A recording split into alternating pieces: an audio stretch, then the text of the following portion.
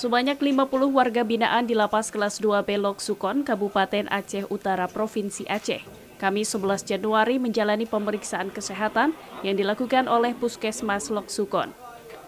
Pemeriksaan kesehatan terhadap warga binaan ini merupakan bagian dari layanan kesehatan yang dilakukan oleh Puskesmas untuk menjaga kesehatan masyarakat, khususnya untuk menekan angka penyebaran HIV/AIDS, tuberkulosis, dan sipilis. Kegiatan ini merupakan implementasi dari penandatanganan Memorandum of Understanding atau MOU yang telah dilakukan sebelumnya dan merupakan pembaruan MOU yang sudah disepakati sejak 3 tahun lalu. Sesuai MOU, pemeriksaan kesehatan kepada warga binaan di Lapas Lok Sukon dilakukan setiap 3 bulan sekali. Jika terdapat warga binaan yang terindikasi tertular HIV, menderita AIDS, tuberkulosis, atau sipilis, pihak Puskesmas akan memberikan penanganan medis lebih intensif.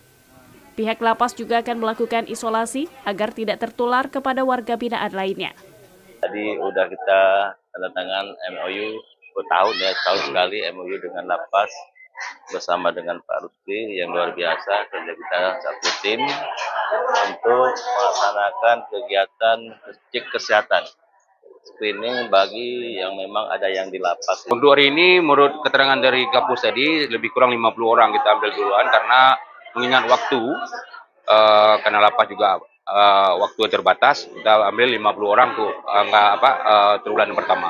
Warga binaan Lapas Lok Sukon yang berjumlah 332 orang apabila membutuhkan penanganan kesehatan, petugas Puskesmas akan melakukan rujukan ke rumah sakit daerah terdekat. Selain pemeriksaan kesehatan, Lapas dan Puskesmas juga memberikan edukasi kepada warga binaan untuk menerapkan pola hidup sehat, serta mencegah berbagai hal yang bisa mendatangkan virus, bahkan menghancurkan kekebalan tubuh. Dari Kabupaten Aceh Utara, Provinsi Aceh, Trifani, Kantor Berita Antara mewartakan.